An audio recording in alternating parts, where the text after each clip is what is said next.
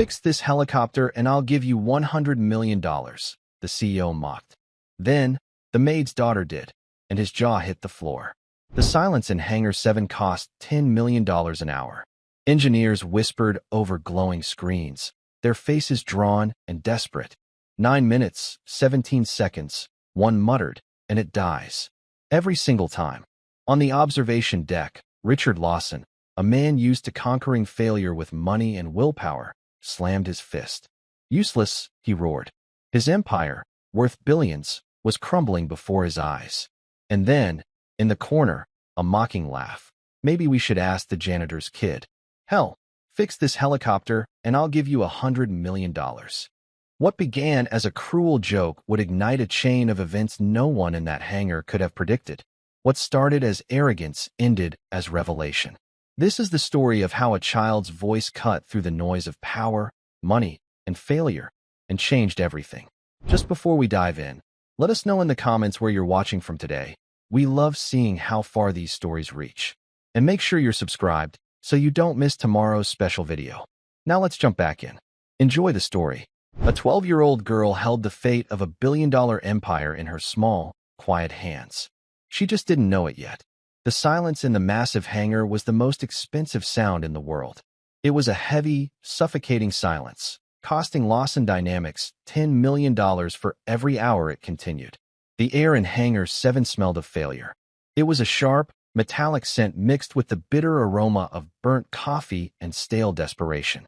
At the center of the cavernous space sat the source of this failure, the Osprey X-1. It wasn't just a helicopter. It was a revolution cast in carbon fiber and titanium. Its twin rotors were designed to tilt, allowing it to take off like a helicopter and fly like a plane. It was faster, quieter, and more agile than anything in the skies. It was also a complete and total disaster. For 3 weeks, the Osprey X-1 had been grounded by a ghost. A flaw so deep and so mysterious that the brightest minds in aerospace engineering couldn't find it. The prototype would run perfectly in all ground simulations. Its engines would roar to life with a clean, powerful hum. The onboard computers, a dizzying network of processors and sensors, reported perfect health. But exactly 9 minutes and 17 seconds into any simulated flight, the ghost would appear. The machine would shudder violently. A catastrophic gyroscopic failure would send the digital aircraft into an unrecoverable spin. Every test ended the same way, with a simulated crash and a cryptic error code that told the engineers nothing. Today was the final day. In less than 6 hours, a delegation from the Pentagon, along with a consortium of international investors, was scheduled to arrive for the final demonstration. They were not coming to see simulations. They were coming to see the Osprey X-1 take to the sky. If it didn't fly, Lawson Dynamics, a titan of American industry, would collapse. Billions in contracts would evaporate. Thousands of jobs would vanish. Richard Lawson, the company's founder and CEO, stood on the executive observation deck, staring down at his broken dream. At 55, Lawson was a man forged in the fires of corporate warfare. He had a jaw that looked like it was carved from granite and eyes the color of a stormy sea. He had built his empire with brilliant engineering and brutal business tactics. He never accepted excuses. He never tolerated failure. Now, failure was the only thing he had. Report, he barked, his voice echoing in the glass-enclosed room. David Chun, his lead engineer, flinched. Chun was a genius, a celebrated graduate from MIT with a mind that could dance with complex physics. But for 3 weeks, he had been humbled by this machine. Dark circles hung under his eyes. His tie was loose, and his usually immaculate shirt was wrinkled. No change, sir, Chun said, his voice hoarse. We've run every diagnostic. We've rebuilt the software from the ground up. We've swapped out the entire gyroscopic stabilizer unit. Twice. The result is always the same. 9 minutes, 17 seconds, and it fails. That's not a reason, David. That's a tombstone, Lawson snarled. He paced the deck like a caged lion, his expensive Italian shoes clicking a rhythm of pure fury against the polished floor. You have a team of 30 engineers out there. Their combined salaries could fund a small country. What are they doing? Everything we can, Chun said weakly. We think it's a resonant cascade in the sensor array, but we can't isolate the frequency. Lawson just stared at him, his silence more terrifying than any shout. The investors were not just buying a helicopter, they were buying certainty. They were buying the legendary reliability of Lawson Dynamics. And now, that legend was turning to dust. In the corner of the observation deck, a woman worked silently, erasing the presence of the powerful men who occupied the space. Clara Hayes moved with a quiet efficiency that made her almost invisible. For 10 years, she had been the head of the cleaning staff at Lawson Dynamics. She polished the conference tables where billion-dollar deals were made. She emptied the trash cans filled with discarded ideas and coffee cups. She understood the rhythms of this place better than anyone. She knew the calm before a breakthrough and the tense, charged atmosphere that preceded a collapse. Today, the air felt like a final, held breath. Beside her, sitting on a small stool, was her daughter, Abigail. At 12 years old, Abby was a slip of a girl with straw-blonde hair tied back in a simple ponytail. Her face was dotted with a few faint freckles across her nose. She was supposed to be in school, but a teacher workday had left Clara with no other option than to bring her to work. Abby was quiet, lost in the pages of a worn, leather-bound notebook. She wasn't writing, she was sketching. With a startlingly precise hand, she drew complex mechanical diagrams. Gears and rotors, pistons and drive shafts. To any casual observer, it was just childish doodling. It was not. Abby felt the tension in the room. She heard the frustration in Mr. Lawson's voice. She had been coming here with her mother on odd days for years.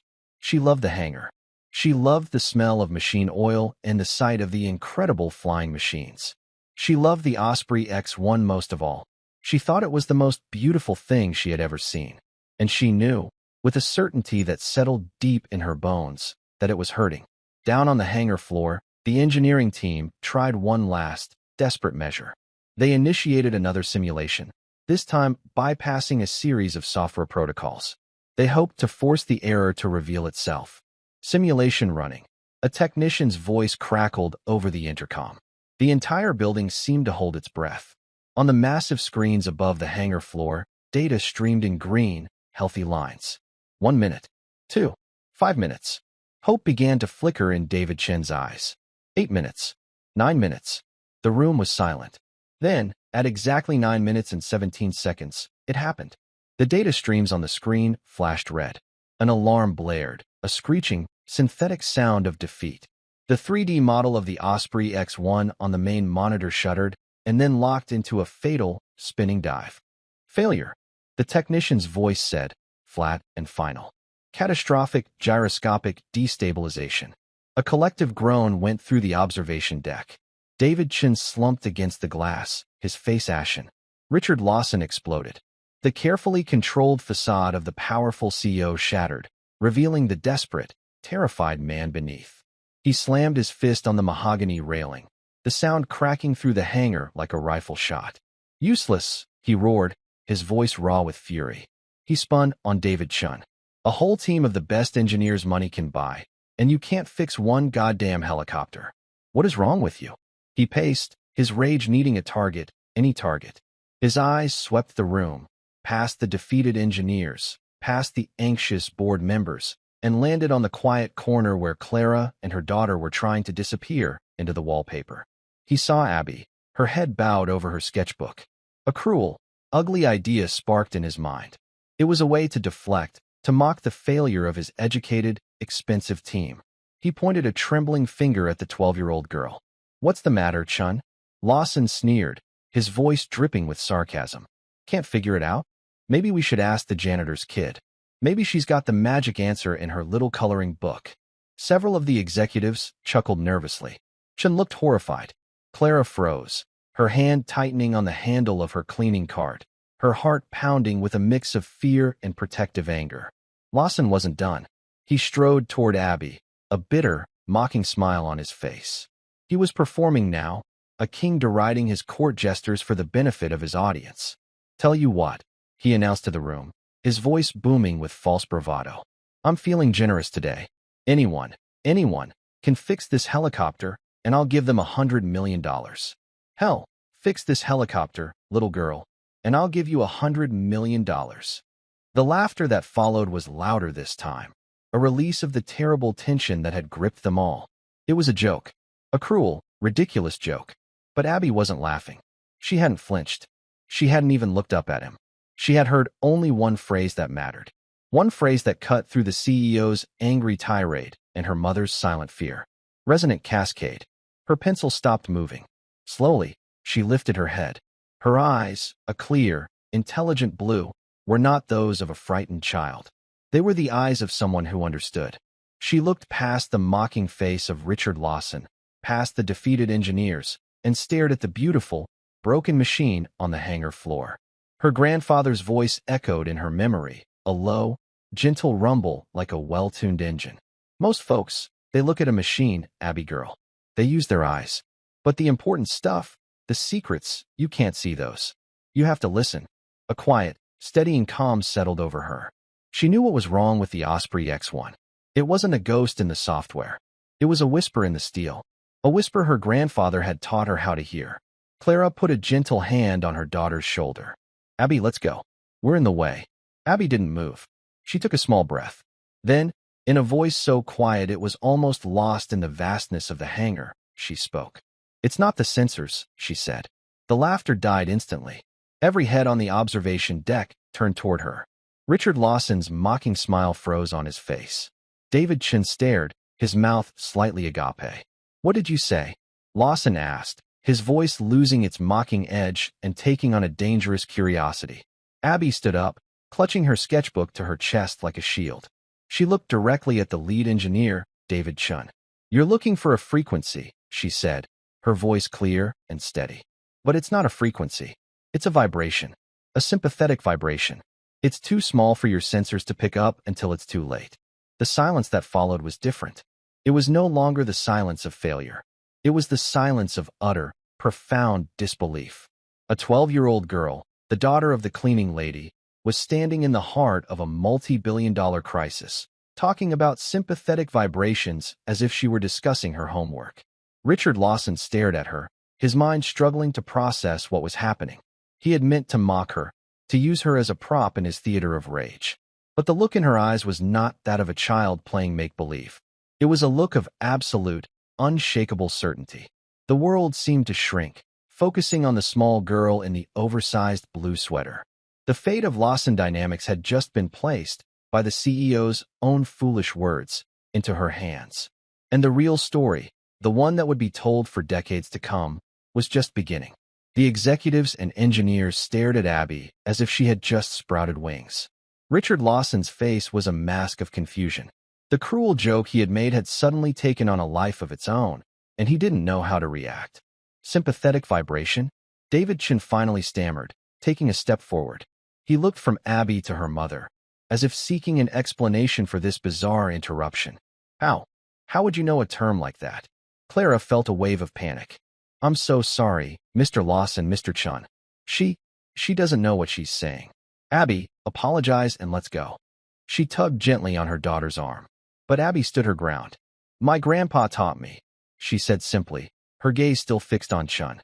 He was a mechanic. Sergeant Major Frank Hayes. A new ripple went through the room. A few of the older board members exchanged glances. The name was not unknown. Frankie, Hayes was a legend in certain military circles.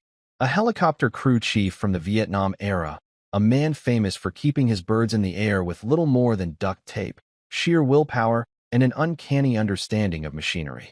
He was a mechanical whisperer, a man who could diagnose a failing engine by the change in its pitch from a quarter-mile away. But he had passed away 3 years ago. An older man at the back of the group stepped forward. He wore a simple suit, but his posture was ramrod straight. It was General Miller, retired, a Pentagon consultant, and one of the key figures the investors listened to. He had known of Frankie Hayes. Your grandfather was Frank Hayes? Miller asked, his voice a low baritone that commanded attention. His eyes, sharp and discerning, studied Abby with a new level of interest. He was one of the best crew chiefs the Army ever had. He kept my unit flying through the monsoon season of '69. Richard Lawson saw his opportunity shifting. The narrative was slipping from his grasp. His initial plan to use the girl as a scapegoat for his team's failure was backfiring. The mention of a decorated war veteran, a man respected by the very people he needed to impress, changed the dynamic. He couldn't simply dismiss her now without looking like a fool. A cruel, new idea began to form. He could still control this. He could turn this bizarre interruption into the ultimate corporate spectacle. Well, Lawson said, his voice regaining its theatrical boom. He spread his hands wide, a sardonic smile returning to his lips. It seems we have an expert in our midst. An expert in sympathetic vibrations. The words dripped with condescension, but there was a flicker of genuine curiosity in his eyes. He was a gambler, and this was the most audacious bet of his life. Fine, he declared, his voice echoing through the silent hangar. The offer stands. You said $100 million, Richard. General Miller reminded him quietly, his tone holding a clear warning. I know what I said, Lawson snapped, then turned his full attention on Abby. You think you know what's wrong with my $2 billion aircraft. You think you can fix what this entire team of MIT geniuses can't. He walked until he was standing directly in front of her, towering over the small girl. He was no longer mocking. He was challenging. Here's the deal, little Miss Hayes. You get 1 hour. You and your grandpa's stories. You go down there, you look at my helicopter. You tell my engineers what to do. The investors and the Pentagon delegation will be here soon. They were supposed to see a flight demonstration. Instead, they'll get a show. They'll get to see you try to fix it. Clara gasped. Mr. Lawson, you can't be serious. She's a child. She's the one who spoke up, Lawson retorted, his eyes locked on Abby. If she succeeds, he continued, his voice rising, I will personally write a check for $100 million to her mother, her dog, whoever she wants. It's a publicity stunt that will make us legendary. The girl genius who saved Lawson Dynamics. He paused, letting the absurd promise hang in the air. Then, his voice dropped to a cold, menacing whisper. But when you fail, and you will fail, this little show is over. Security will escort you and your mother from the premises. And I'll make sure she never works in this town again. I will not have my company, my life's work, made a mockery of on the most important day of its existence. The room was deathly quiet. It was a monstrous, cruel ultimatum. He was leveraging a child's innocent comment against her mother's livelihood. He was setting her up for a public humiliation of epic proportions, a story he could spin to the investors as a sign of his team's impossible challenge. The problem was so complex, we even let a child try her hand at it. David Chun and his team looked on, horrified. This had gone far beyond a technical problem. It was a display of corporate cruelty that made them all deeply uncomfortable. General Miller stepped forward again. Lawson, this is inappropriate. She is a child. She is a Hayes, Abby said, her own voice cutting through the tension. Everyone stopped. Abby looked up at the towering CEO, her blue eyes clear and unwavering. There was no fear in them, only resolve. The same resolve her grandfather had when staring into the guts of a failing engine with enemy fire overhead. My grandfather didn't believe in problems that couldn't be solved, she said. He believed in people who didn't listen properly. I'll do it. Clara grabbed her daughter's hand. Abby, no. Please. It's okay, Mom, Abby said, giving her mother's hand a reassuring squeeze. She then looked at the general. My grandpa said you could always trust a man who respected the machine, sir. Then she turned back to Lawson. But you have to promise. The money isn't for me. It's for a foundation. In my grandfather's name. For kids who want to learn how to fix things. Lawson was taken aback. This was not the reaction he expected. He expected tears, fear, a retraction. Instead, he was being met with conditions. The sheer audacity of it amused him. A foundation, huh? He chuckled, a dry, humorless sound. You can have your foundation. You can have a solid gold helicopter for all I care. If you fix it. He gestured grandly toward the hangar floor. The stage is yours, Miss Hayes. Your hour starts now. General Miller gave a curt nod. I'll act as the official observer. To ensure the terms are met. Fair is fair. His presence gave the bizarre challenge a veneer of legitimacy, and Lawson knew he couldn't back down now. Abby, clutching her precious sketchbook, walked toward the door leading to the hangar floor. Her mother followed, her face a storm of fear and pride. As Abby passed David Chun, she paused. I'll need a few things, she said, her voice businesslike. A mechanic's stethoscope, a set of tuning forks, and a simple glass of water, filled to the brim. The lead engineer could only nod, completely bewildered. He had multi-million-dollar spectrum analyzers and laser vibrometers at his disposal. And this little girl was asking for tools that belonged in the 19th century. As Abby stepped out onto the vast hangar floor, the team of 30 engineers parted before her like the Red Sea. They stared, their expressions a mixture of pity, disbelief, and a tiny, desperate spark of hope. She was a ridiculous, impossible long shot. But she was the only shot they had left. The huge hangar clock started its silent countdown. 59 minutes and 59 seconds remaining. Abby walked toward the silent, monolithic Osprey X-1, a small David approaching a metallic Goliath. She was not just fighting for a helicopter. She was fighting for her mother's job, her grandfather's legacy, and a future she was inventing with every steady, courageous step. The hangar floor was a cathedral of technology. The Osprey X-1 sat on the polished concrete like a shrine to modern engineering. Its sleek, gray body absorbed the bright overhead lights, and its complex rotor systems were marvels of computer-aided design. Surrounding it was a maze of diagnostic carts, laptops displaying endless lines of code, and tool chests filled with specialized, expensive instruments. Into this scene walked Abby, a figure from another time. The engineers, men and women with advanced degrees and decades of experience, watched her with a tense, awkward silence. They had been ordered by Lawson to give her whatever she asked for, an instruction that felt both demeaning and surreal. David Chen approached her cautiously, holding the requested items. "Here you are," he said, handing her the stethoscope, a case of gleaming tuning forks, and a simple water glass. What are you going to do?" Abby didn't answer right away. She walked a slow circle around the base of the helicopter, her small hand trailing lightly along its cool metallic skin. She was not looking at the complex machinery with the eyes of an engineer. She was observing it, sensing it, the way her grandfather had taught her. "Every machine has a story, Abby girl," his voice echoed in her mind. "Before you ever pick up a wrench, you learn to read that story. You look for the little things. The faint stress lines the other guys miss. The whisper of a loose rivet. The secret sag in a support beam." She stopped beneath the main fuselage, directly under the housing for the gyroscopic stabilization unit. This was the heart of the problem. A black box of digital magic that was supposed to keep the Osprey X-1 perfectly balanced. "I need you to open this access panel," she said, pointing to a plate just above her head. "And I need you to run the engine sequence. Not the full flight simulation, just the engine startup and idle. For exactly 3 minutes. Chen hesitated, then nodded to one of his technicians. "You heard her. Open panel C7 and run the low RPM diagnostic." The engineers exchanged baffled looks. A 3-minute idle was a basic warm-up. They had done it 100 times. It never revealed anything. But they did as they were told. A technician with a power driver quickly removed the panel, exposing a dense web of wiring, hydraulic lines, and a central, silver-colored mounting bracket that held the gyroscope's primary sensor array. "Panels open," the technician confirmed. "Okay," Abby said, taking a deep breath. "Start the sequence." From the control booth, the command was sent. A low whine began to build as the Osprey's powerful turbines spooled up. The sound grew into a deep, resonant hum that filled the hangar and vibrated through the concrete floor. The massive rotor blades remained still, disengaged from the engines for the ground test.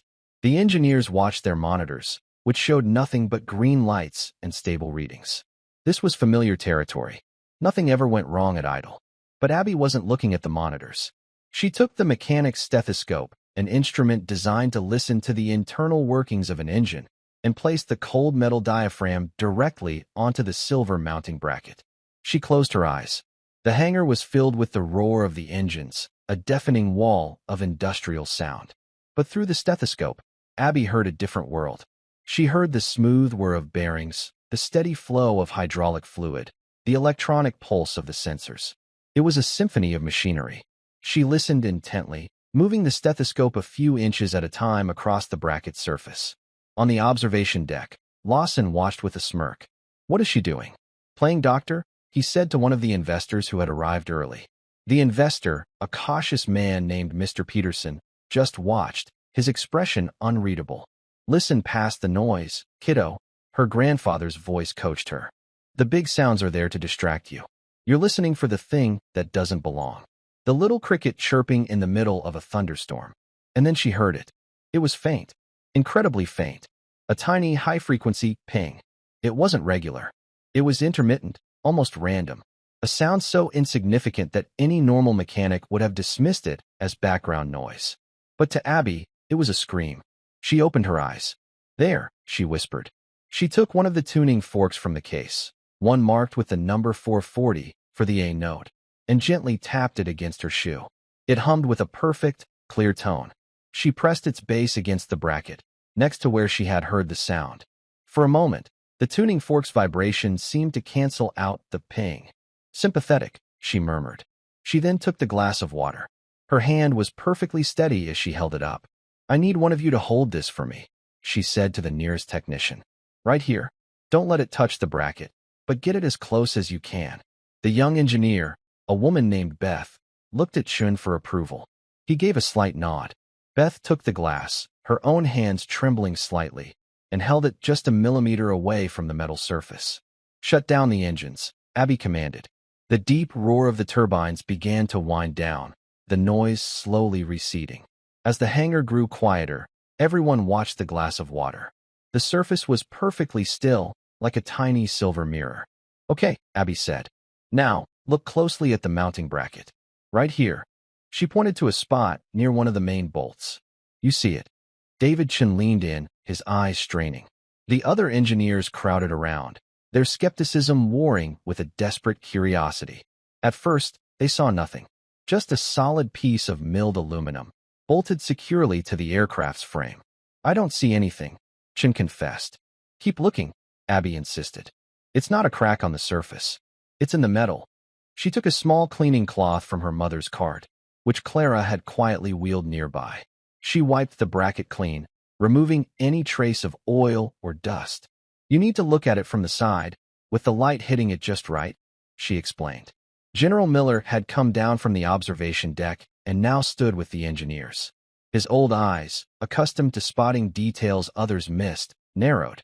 He squatted down, looking at the bracket from a low angle. "My God," he breathed. "The girl's right." He pointed. As the overhead lights reflected off the polished metal, a line so faint it was nearly invisible could be seen. It wasn't a crack from damage. It was a hairline fracture, a flaw in the metal itself, likely created during the manufacturing process when the bracket was forged. It was a 1 in a million defect. "A microfracture," Beth whispered in awe. "But that wouldn't be enough to cause a catastrophic failure. The stress models would account for far more." "It's not about stress," Abby explained, her confidence growing. "It's about music." She turned to Chun. "When the engines run, that tiny crack vibrates. It's a very small, very high-frequency vibration. Your sensors can't detect it because they're programmed to filter out background noise. But the vibration is there. It's like a single violin string playing a note that is just a little bit out of tune."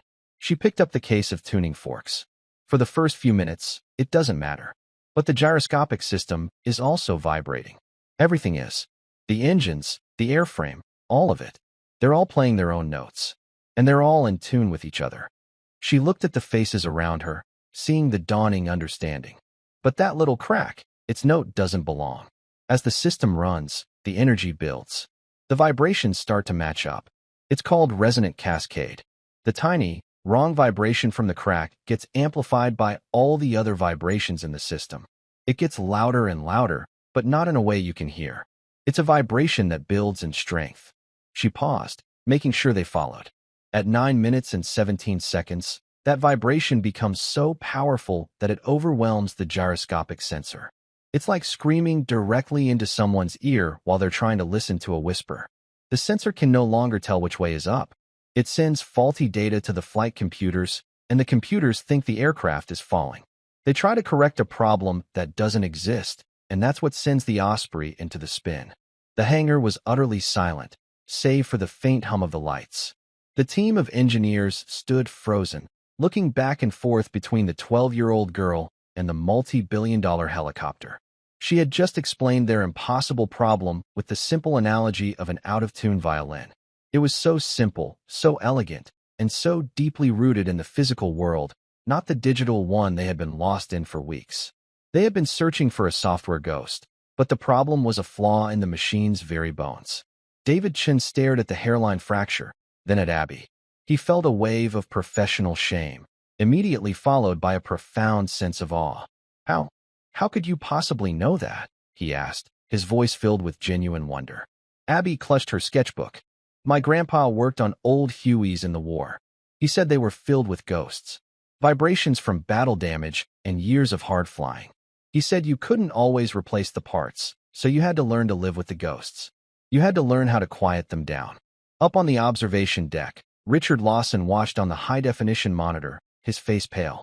His jaw, once set in a hard line of arrogance, was now slack with disbelief. Mr. Peterson, the investor, stood beside him, a slow smile spreading across his face. Well, Richard, Peterson said quietly, it seems your $100 million joke is about to get very, very real. The hangar clock showed 42 minutes remaining. Abby had found the ghost. Now, she had to show them how to tame it. The revelation hung in the air of the hangar, as tangible as the scent of jet fuel. A single, almost invisible flaw in a simple mounting bracket was the undoing of the most advanced aircraft on the planet. The team of engineers, who had spent weeks lost in a wilderness of code and complex schematics, were now staring at a problem they could see and touch. They were humbled and, in a strange way, relieved. Richard Lawson, watching from above, felt a cold dread mix with a bizarre sense of exhilaration. This was impossible. This was a nightmare. This was the greatest story in the history of his company. His mind, always calculating, was already spinning the narrative. But first, the problem had to be solved. So, a faulty bracket, he said over the intercom, his voice tight. So we replace it. Get it done. Now, we can't, David Chin called back, his voice strained. That's a custom-forged component. A new one would take 6 weeks to manufacture and certify. We don't have 6 weeks. We have about 35 minutes. A wave of despair washed over the team again. They had found the disease, but they had no cure. The demonstration was still doomed. No. Abby's quiet voice cut through the gloom. You don't need a new one. You just need to change the music.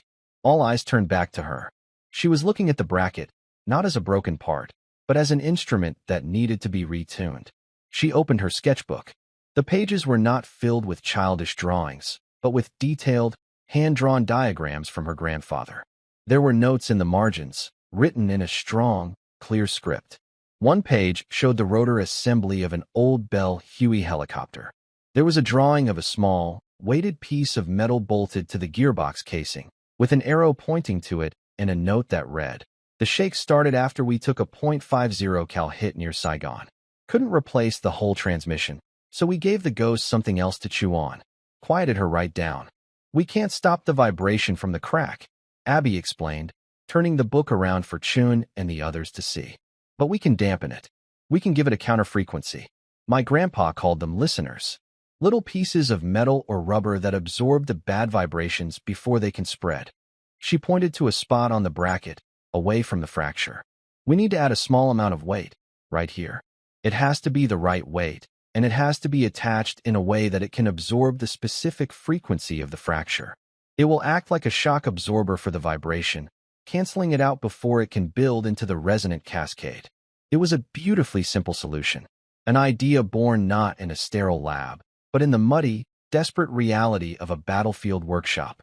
It was the kind of practical, brilliant fix that modern engineers, with their reliance on digital perfection and component replacement, had forgotten how to even conceive. A harmonic dampener. Beth, the young engineer, said with a flash of recognition from her university physics classes. Of course, it's textbook theory, but I've never seen it applied like this. So elegantly. Okay, David Chin said, his mind now racing. He was fully on board. The child was leading, and he was following. What do we need? What kind of weight? How much? We don't have time to machine a proper one, Abby said, thinking fast. We need something simple. Rubber is good. It absorbs vibrations well. She looked around the hangar, her eyes scanning the equipment carts. She spotted a set of solid rubber chocks used to keep a maintenance cart from rolling. There, she said. One of those. A technician sprinted to the cart and brought back one of the heavy, black rubber blocks. It's too big, Abby said.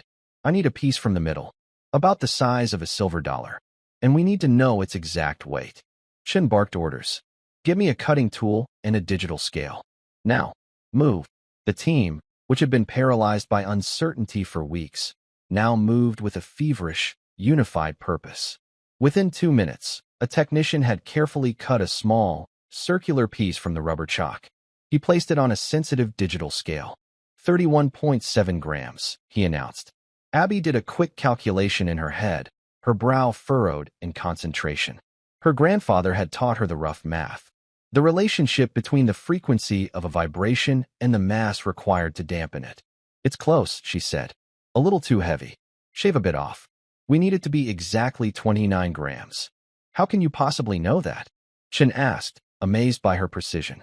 It's the harmonic opposite of the vibration I heard through the stethoscope, she said, as if it were the most obvious thing in the world. The ping was very high, around 3,000 hertz. To cancel it, you need a mass that resonates at a frequency that is naturally out of phase. 29 grams is what my grandpa's charts say for a vibration that sounds like that. She tapped a page in her sketchbook where a handwritten table correlated engine sounds with dampening weights. The technician carefully shaved a thin sliver of rubber from the disc and placed it back on the scale. 29.03 grams. Close enough, Abby declared. Now, we need to attach it. She looked at the bracket again. We can't drill a new hole. That would weaken the structure. We need to use one of the existing service bolts. She pointed to a small bolt near the edge of the bracket. That one. We'll remove it, place the rubber dampener underneath, and bolt it back down. The pressure will hold the rubber in place, and it will be in the perfect position to absorb the vibration from the fracture before it can travel to the sensor. The plan was audacious. They were about to modify a critical component on a $2 billion aircraft based on the instructions of a 12-year-old girl, using a piece of a wheel chalk. On the observation deck, Richard Lawson was on the phone with the head of his legal department. Is it certified? Is it legal? He hissed. I don't care. Just tell me if the whole thing is going to explode. General Miller walked over to Lawson. Richard, he said, his voice calm but firm. For 3 weeks, your team has failed. That girl down there has done more in the last 20 minutes with a stethoscope and a glass of water than your entire department has with all their supercomputers. I suggest you let her finish. Lawson slammed the phone down. He gave a sharp nod to Chun over the intercom. Do it.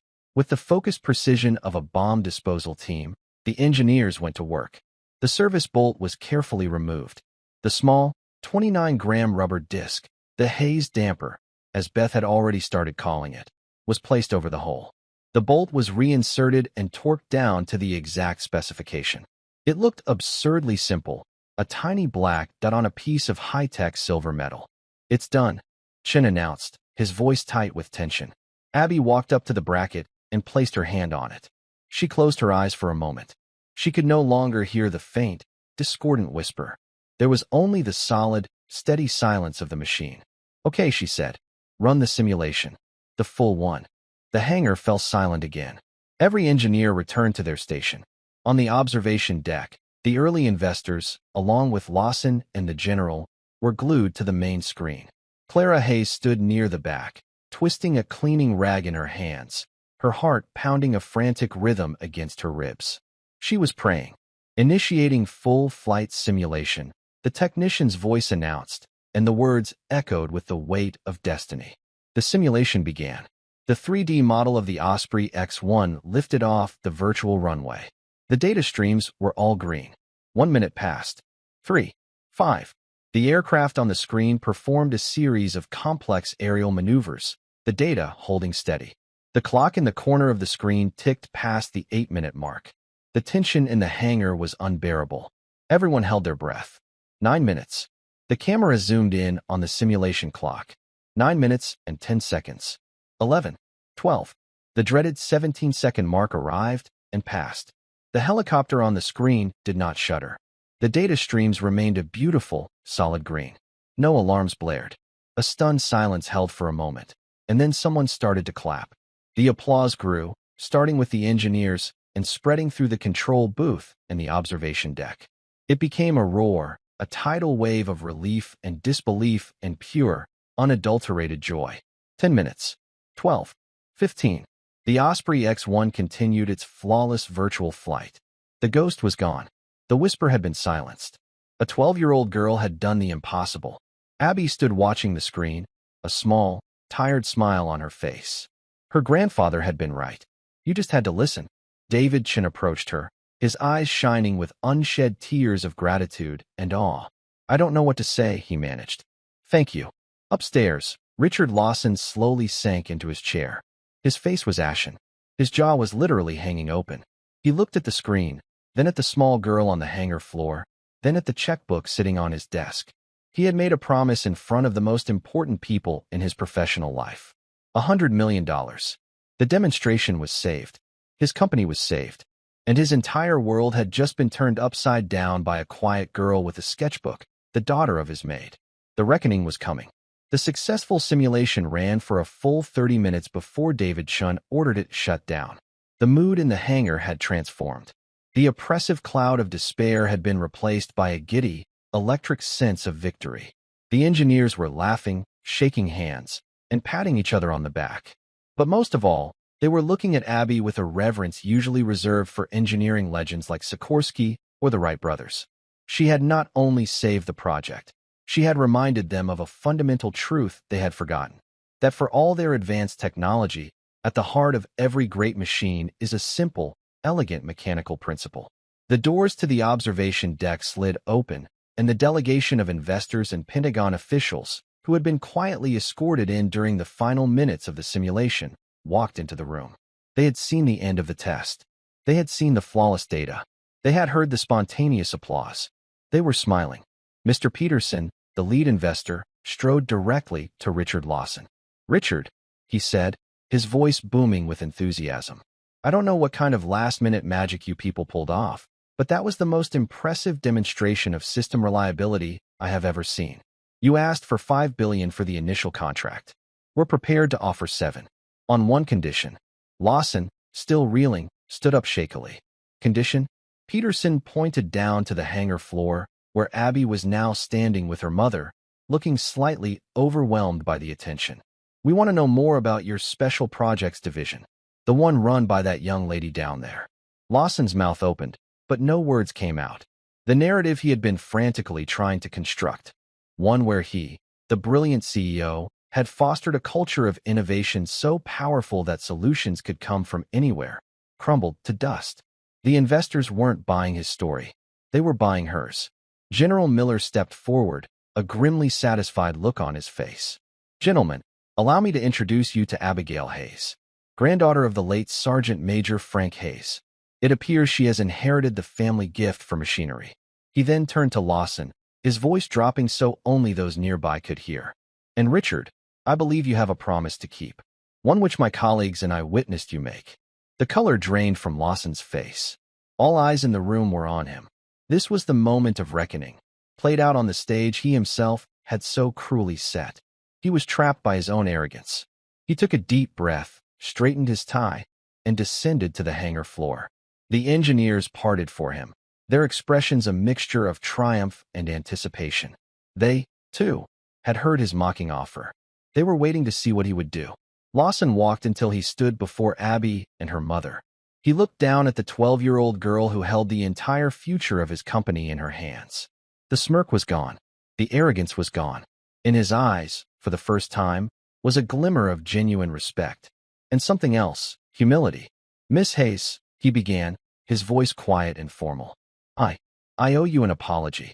He glanced at Clara, whose face was a mixture of pride and lingering apprehension. To both of you, my behavior was inexcusable. I was under a great deal of pressure, but that is no excuse for my cruelty. He paused, then continued. You did something that my entire multi-million-dollar research and development team could not. You saved this company. You saved the jobs of every single person in this building. And I am a man of my word. He pulled a checkbook and a pen from his jacket pocket. It was a gesture of pure corporate theater, but it was real. The engineers, the investors, the generals, everyone watched in silence as Richard Lawson, one of the most powerful and ruthless CEOs in the country, began to write. He wrote, the Frank Hayes Engineering Foundation on the payee line. In the amount box, he wrote, $100 million. He tore the check from the book with a soft, definitive rip and held it out to Abby. Your foundation is now funded, he said, his voice thick with emotion. You can help a generation of kids learn how to listen to the machines, just like you do. Abby looked at the check, then up at the powerful man. She didn't reach for it. Thank you, Mr. Lawson, she said politely. But my grandpa always said that a job's not done until the paperwork is clean. She looked him directly in the eye. I want something else. I want you to run the foundation. With my mom. Clara gasped, her hand flying to her mouth. Lawson was floored. Me? Yes, Abby said with unwavering logic. You know how to run big companies and handle lots of money. And my mom? She knows what it's like for people who work hard but don't always get a chance to be heard. You two can make sure the money goes to the right kids. The ones who like to fix things but maybe can't afford the fancy schools. It was a move of such simple, profound genius that it left Lawson speechless. She wasn't just accepting his payment. She was giving him a purpose, a chance at redemption. She was making him a partner in her grandfather's legacy. A slow smile spread across General Miller's face. David Chin shook his head in wonder. This child was playing chess while everyone else was playing checkers. Richard Lawson looked from the check in his hand to Clara Hayes, who stood beside her daughter with a newfound strength and dignity. He saw not a cleaning lady, but a woman of integrity. He looked at Abby and saw not a child, but a visionary. He slowly tore the check in half. You're right, he said. A check isn't good enough. This requires something more permanent. He turned to his legal counsel. Draw up the paperwork for the foundation. Initial funding of $100 million from my personal assets. And create a new executive position. Director of the foundation. The position is offered to Mrs. Clara Hayes, effective immediately. He then looked back at Abby. And we are creating a new role for you, too. Junior engineering consultant, with a full scholarship to any university you choose when the time comes. Your first task will be to teach my engineers how to listen. For the first time that day, Abby broke into a wide, genuine smile. Her mother rushed to her, wrapping her in a fierce hug, tears of joy and relief streaming down her face. The hangar erupted in applause, louder and more heartfelt than before. It wasn't just for the saved contract or the brilliant solution. It was for the profound, unexpected justice of the moment. It was the sight of arrogance being humbled by innocence, of prejudice being dismantled by quiet competence. Richard Lawson watched the mother and daughter, a changed man. He had started the day as a king on the verge of losing his kingdom. He was ending it as a servant to a better, more hopeful idea, a legacy he would now build not just out of steel and circuits, but out of opportunity and grace. 6 months later, the scent of machine oil and hot metal, once a symbol of corporate desperation, now smelled of hope. The Frank Hayes Engineering Foundation wasn't just a wing of the Lawson Dynamics facility, it was its new heart. The vast, sunlit workshop hummed with a different kind of energy, not the tense silence of a looming deadline, but the chaotic, joyful noise of discovery. Teenagers from every corner of the city, who might otherwise have never touched a wrench, were hunched over workbenches. They were learning to meticulously disassemble, diagnose, and rebuild everything from lawnmower engines to complex hydraulic pumps. Their instructors a cadre of retired mechanics, their faces etched with the wisdom of 1,000 repaired machines. Clara Hayes moved through the room, her smart business suit no longer feeling like a costume. She stopped at a bench where a 16-year-old girl named Maria was frowning at a stubborn carburetor. It's flooded, Maria said, frustrated. I keep trying to clear it, but it's not working. Your grandfather had a trick for that, Clara said, her voice warm. She didn't give the answer. Instead, she picked up a small, clean rag. He said sometimes you have to be gentle. You're trying to force it. Try persuading it. The simple advice, a piece of wisdom from one mechanic passed down through 2 generations, shifted the young girl's perspective. A few minutes later, the engine sputtered to life with a clean, satisfying roar. Richard Lawson watched the scene from the doorway, a soft smile on his face. He'd spent his life building an empire on brute force and intimidation. Now, he was co-piloting a venture built on patience and persuasion. Earlier that week, a board member had proposed selling the foundation's educational patents for a quick and substantial profit. The old Lawson would have jumped at the chance. The new Lawson calmly explained that the foundation's wealth wasn't in its patents, but in the confidence it was building in young people like Maria. The board member had been silenced not by a threat, but by an unshakable, newfound principle. The partnership between him and Clara had become the company's true guiding gyroscope. She brought the humanity. He brought the structure. Together, they were building something far more valuable than a helicopter. Across the country, that helicopter was making headlines. The Osprey X-1 fleet was performing flawlessly in the field. News articles praised its unprecedented reliability and agility. General Miller, in an interview, called it the most dependable bird the Army has ever flown, adding a cryptic comment that its resilience came from an old soul's wisdom. On the access panel of every Osprey, beneath the housing for the gyroscopic stabilizer, the small plate was a silent testament to that wisdom. It read, Component HD 29.